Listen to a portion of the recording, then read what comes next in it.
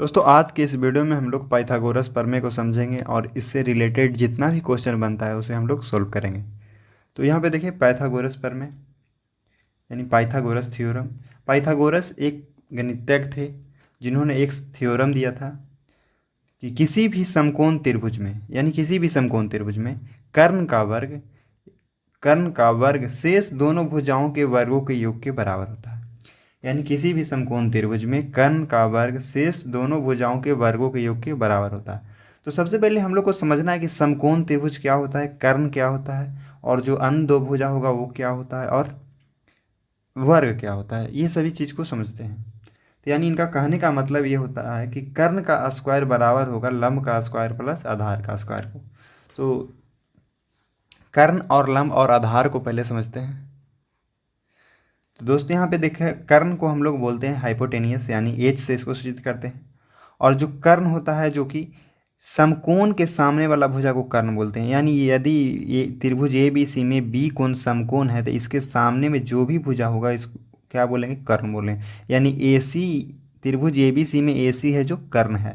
आगे लंब क्या होता है, लंब को बोलते हैं परपेंडिकुलर और आधार को बोलते हैं बेस। तो देखिए लंब और आधार परस्पर मतलब एक दोनों मतलब परस्पर होते हैं, ठीक है। यदि इसको लंब मानेंगे तो ये आधार हो जाएगा, यदि इसको आधार मानेंगे तो ये लंब हो जाएगा। बट जब आप क्लास 10th में जाइएगा तो आपको यहाँ पे इसके अनुसार चलना होगा। यदि ये कोण को थीटा मानिएगा तो ये लंब होगा, यदि इसको थीटा मानिएगा तो ये लंब होगा, ठीक है। यानी इसको थीटा मानिएगा कोण सी, यदि कोण सी मानिएगा तो ये वाला लंब हो जाएगा, कोण ए मानिएगा तो ये वाला आधार हो जाएगा। तो यहाँ पे देखिए एच स्क्वायर बराबर P square plus B square, यानी हाइपोटेनियस का स्क्वायर बराबर परपेंडिकुलर का स्क्वायर प्लस बेस का स्क्वायर। चलिए यहाँ पे समकोण त्रिभुज का समझते हैं।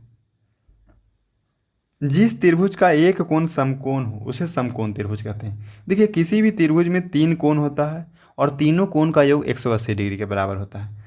लेकिन यदि किसी त्रिभुज में एक कोण समकोण हो, जो समकोण का मतलब होता है कि 90 डिग्री हो जाए, यानी 90 डिग्री के बराबर हो जाए। समकोण मतलब कितना डिग्री के बराबर को समकोण बोलते हैं, तो 90 डिग्री। जिस कोण का माप 90 डिग्री के बराबर होता है तो वह समकोण होता है, ठीक है। तो जिस त्रिभुज का एक कोण समकोण हो उसे समकोण त्रिभुज कहते हैं। यहाँ पे देखिए त्रिभुज ए बी सी में कोण बी है जो समकोण है, यानी कोण बी है जो 90 डिग्री है। तो ये दोनों कोण, ये एक कोण 50 डिग्री है, एक कोण 40 हो जाएगा। यानी जिस त्रिभुज का एक कोण समकोण हो उसे समकोण त्रिभुज कहते हैं। यानी ए बी सी एक समकोण त्रिभुज है क्योंकि इसका एक कोण कितना डिग्री का है, 90 डिग्री का है। अब यहाँ पे एक पॉइंट है कि समकोण त्रिभुज में कर्ण के अतिरिक्त दो भुजाएं परस्पर लंब एवं आधार कहलाता है। इसको समझने से पहले हमको कर्ण को समझना होगा कि कर्ण क्या होता है।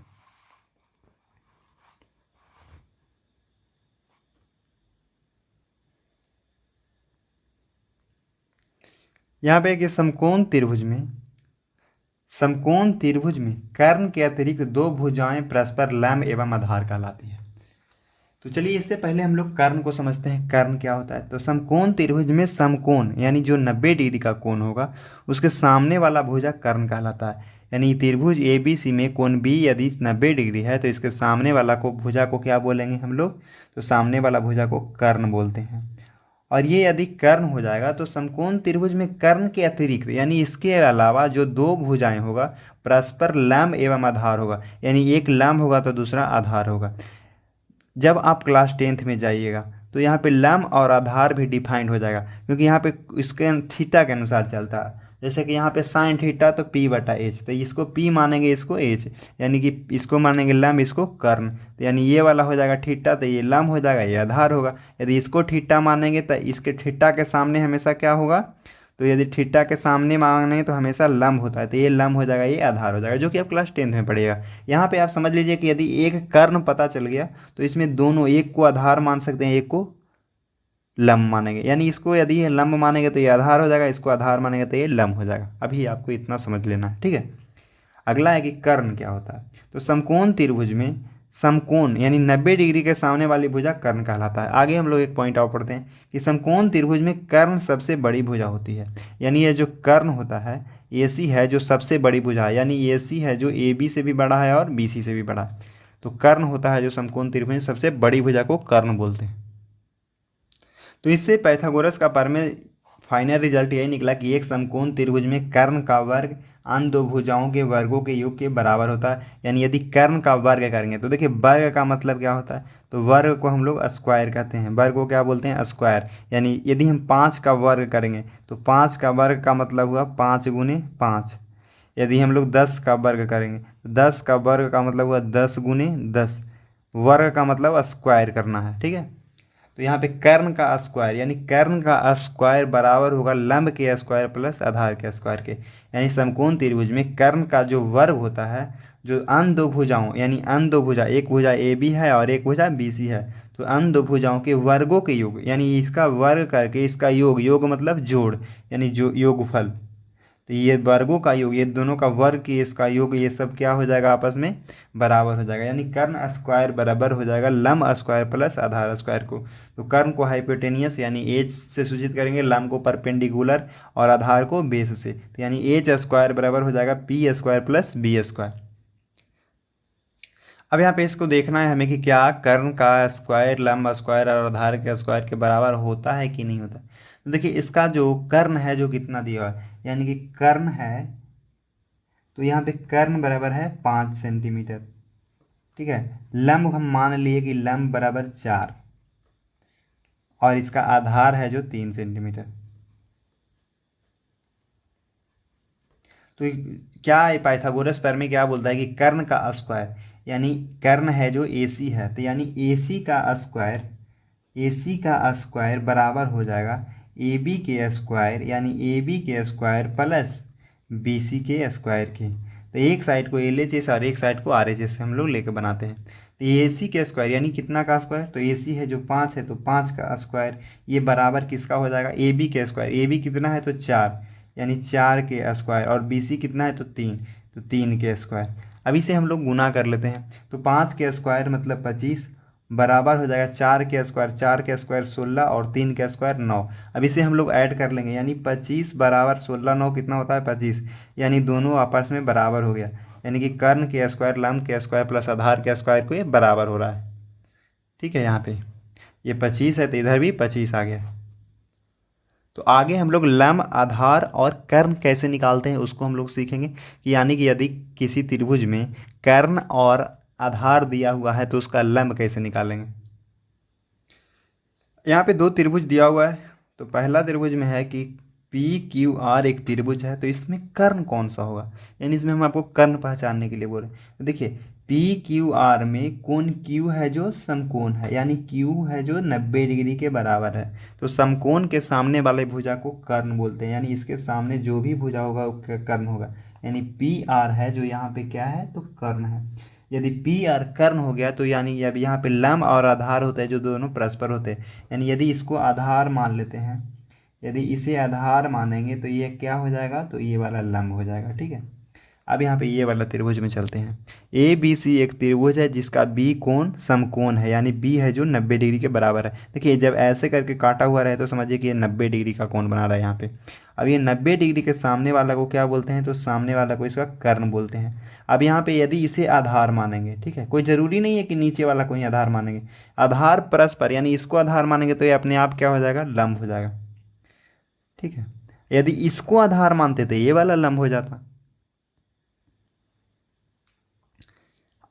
तीसरा और चौथा दो और है, उसको भी हम लोग देख लेते हैं, बना लेते हैं कि क्या होता है।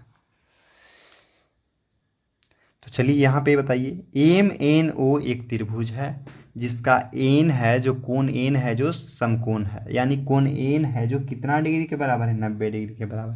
तो 90 डिग्री के सामने वाला भुजा जो होता है, यानी जो 90 डिग्री के सामने वाला भुजा होता है उसे कर्ण बोलते हैं। यानी ये भुजा को कर्ण हो गया तो ये दोनों आपस में क्या हो जाएगा, एक लंब होगा तो एक आधार। यदि इसको हम लोग लंब मानते हैं यानी ये परपेंडिकुलर है तो ये क्या हो जाएगा, ये बेस हो जाएगा, ठीक है।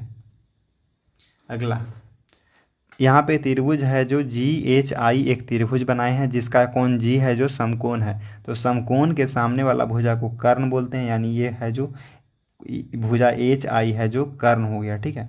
यदि ये कर्ण हो गया तो इसमें एक को लंब और एक को आधार मान लेंगे, ये लंब हो जाएगा तो ये क्या हो जाएगा, आधार हो जाएगा, ठीक है। यदि इसमें दिया हुआ है कि ये कोण थीटा है तो थीटा के सामने वाला लंब होता है, और यदि कुछ भी नहीं दिया हो तो आप दोनों में से किसी एक को लंब और एक को आधार मान सकते हैं। लेकिन आपको यदि बोल दे कि ये कोण थीटा है और इसके सामने वाला को हमेशा क्या बोलेंगे तब लंब, और ये वाला क्या हो जाएगा तो आधार, यानी जो बच जाएगा जो आधार। ये तो आपको पता है कि 90 डिग्री के सामने कर्ण, और यदि ये कोण थीटा दिया हो तो थीटा के सामने लंब, और एक को अपने आप आधार हो जाता है। तो अब हम पाइथागोरस प्रमेय का जो फॉर्मूला होता है इसको यहाँ पे लिखेंगे। तो पाइथागोरस प्रमेय में होता है कर्ण स्क्वायर बराबर लंब स्क्वायर प्लस आधार स्क्वायर। तो इसमें कर्ण क्या है तो पी आर, यानी पी आर के स्क्वायर बराबर हो जाएगा लंब के स्क्वायर यानी पी क्यू के स्क्वायर, पी क्यू के स्क्वायर प्लस आधार यानी आर क्यू के स्क्वायर के।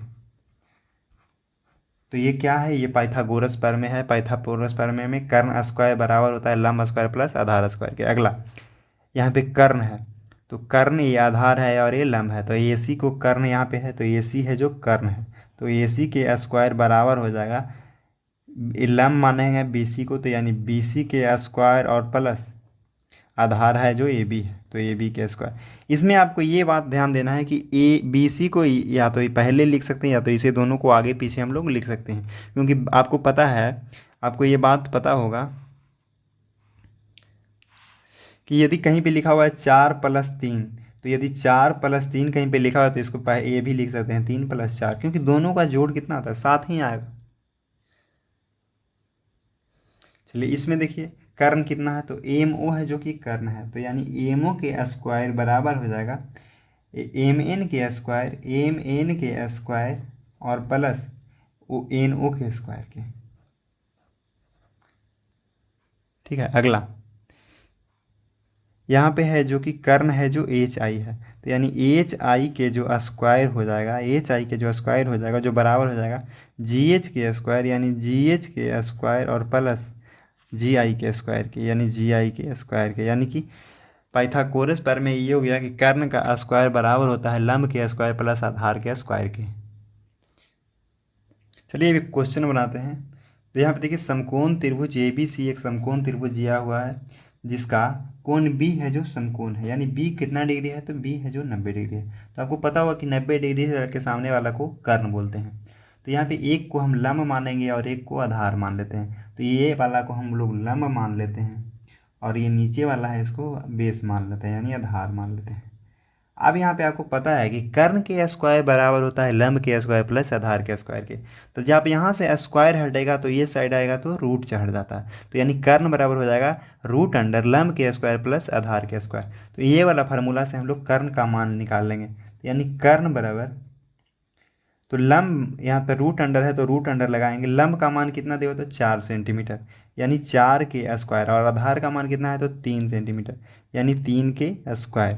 अब इसे हम लोग गुना कर लेंगे, तो 4 के स्क्वायर का मतलब हुआ 4 गुने 4, तो 4 के स्क्वायर के मतलब 4 गुने 4, तो 4 में 4 से गुना करेंगे तो 16, और 3 के स्क्वायर का मतलब हुआ 3 गुने 3, तो 3 के स्क्वायर का मतलब हुआ 9, तो 3 गुने 3 मतलब 9। अब 16 और 9 को जोड़ेंगे तो 16 और 9 होता है 25, यानी 25 के अंडर रूट। अब यहाँ पे 25 का वर्गमूल निकाल लेंगे, तो 25 का वर्गमूल, तो 25 का यदि गुणनखंड निकालते हैं तो 5 गुने 5 आता है, तो 5 गुने 5 का मतलब हुआ 5 के स्क्वायर, तो 5 के स्क्वायर यहाँ पे रूट चढ़ जाएगा। अब यहाँ से ए स्क्वायर से ये रूट कट जाता है यानी हट जाएगा रूट, तो यहाँ पे बच जाएगा इसका 5, यानी ये जो कर्ण आया हमारा यहाँ पे जो कितना सेंटीमीटर आया 5 सेंटीमीटर, यहाँ पे इसका कर्ण आया। तो यानी ये जो फार्मूला होता है कि कर्ण स्क्वायर बराबर लंब स्क्वायर प्लस आधार स्क्वायर, यदि इससे कर्ण निकालना हो तो ये इसके अंदर स्क्वायर रूट चढ़ जाता है, यानी स्क्वायर रूट लंब स्क्वायर प्लस आधार स्क्वायर। दोस्तों यहाँ पे एक क्वेश्चन दिया हुआ है कि समकोण त्रिभुज ए बी सी में ए बी का मान ज्ञात करना है, यानी ए बी का मान ज्ञात करना है। आपको फिगर में दिया हुआ है कि ए सी बराबर 10 सेंटीमीटर और बी सी बराबर 8 सेंटीमीटर है, ठीक है। तो यहाँ पे कोण बी इसका समकोण है, तो समकोण के सामने वाला क्या हो जाता है कर्ण हो जाता है, और यदि इसको आधार मानेंगे तो ये हो जाएगा लंब। तो लंब बराबर देखिए कर्ण स्क्वायर बराबर होता है लंब स्क्वायर प्लस आधार स्क्वायर, तो यदि हम लंब स्क्वायर निकालेंगे तो लंब स्क्वायर बराबर हो जाएगा आधार स्क्वायर, ये साइड आएगा तो माइनस में, यानी कर्ण स्क्वायर माइनस आधार स्क्वायर। तो यहाँ पे लंब निकालेंगे तो यानी रूट अंडर कर्ण स्क्वायर माइनस आधार स्क्वायर, तो हम लोग यहाँ से लंब निकाल लेते हैं। तो यहाँ पे लंब बराबर, तो लंब बराबर हो जाएगा इसका कर्ण कितना है, तो कर्ण को हम लोग यहाँ पे ए सी से, या ए सी का मान है 10, यानी 10 का स्क्वायर, और माइनस आधार कितना है, तो आधार है जो BC है और BC है जो 8 है, तो 8 के स्क्वायर। अब यहाँ से रूट है तो इसका रूट निकाल लेंगे। तो 10 का स्क्वायर का मतलब हुआ 100 और 10 का स्क्वायर का मतलब 100 और 8 के स्क्वायर का मतलब 64। तो 100 में से 64 को घटाएंगे तो 100 में से यदि 64 को घटाते हैं तो 36 आता है। और यहाँ पे आपको पता है कि 36 का वर्गमूल होता है 6, यानी ये जो लंब का मान है AB का मान है, AB का मान है जो कितना 6 सेंटीमीटर, तो 6 सेंटीमीटर, तो यही इसका आंसर आ जाएगा। सभी बातों को यहाँ पे हम लोग नोट पॉइंट कर रहे हैं लास्ट में कि समकोण त्रिभुज में कर्ण का जो वर्ग होता है अन्य दो भुजाओं के वर्गों के योग के बराबर होता है। इसी को हम लोग क्या बोलते हैं, पाइथागोरस प्रमेय। ये पाइथागोरस ने ये दिया था, ये बताया था कि समकोण त्रिभुज में जो कर्ण का वर्ग होता है अन्य दो भुजाओं के वर्गों के योग के बराबर होता है, यानी कि कर्ण का स्क्वायर बराबर होता है लंब के स्क्वायर प्लस आधार के स्क्वायर के। अगला पॉइंट है कि समकोण त्रिभुज में कर्ण सबसे बड़ी भुजा होती है, यानी कर्ण होता है जो सबसे बड़ा भुजा होता है। और आपको ये भी हम बताए हैं कि कर्ण जो होता है जो समकोण मतलब जो शीर्ष होता है उसके सामने वाला भुजा को कर्ण बोलते हैं। अगला पॉइंट है कि समकोण त्रिभुज की तीनों भुजाएं कभी भी बराबर नहीं हो सकती है, यानी कि इसका कहने का सेंस ये है कि समकोण त्रिभुज कभी भी समबाहु त्रिभुज नहीं हो सकता, यानी इसका तीनों भुजा कभी भी बराबर नहीं हो सकता। एक पॉइंट ये लास्ट में ये है कि समकोण त्रिभुज या तो समद्विबाहु त्रिभुज होगा या तो विषमबाहु त्रिभुज होगा, यानी समकोण त्रिभुज कभी भी समबाहु त्रिभुज नहीं होगा, यानी समकोण त्रिभुज या तो समद्विबाहु होगा या तो विषम। अगर वीडियो अच्छा लगा है तो वीडियो को लाइक कीजिए, चैनल को सब्सक्राइब कीजिए। Thanks for watching.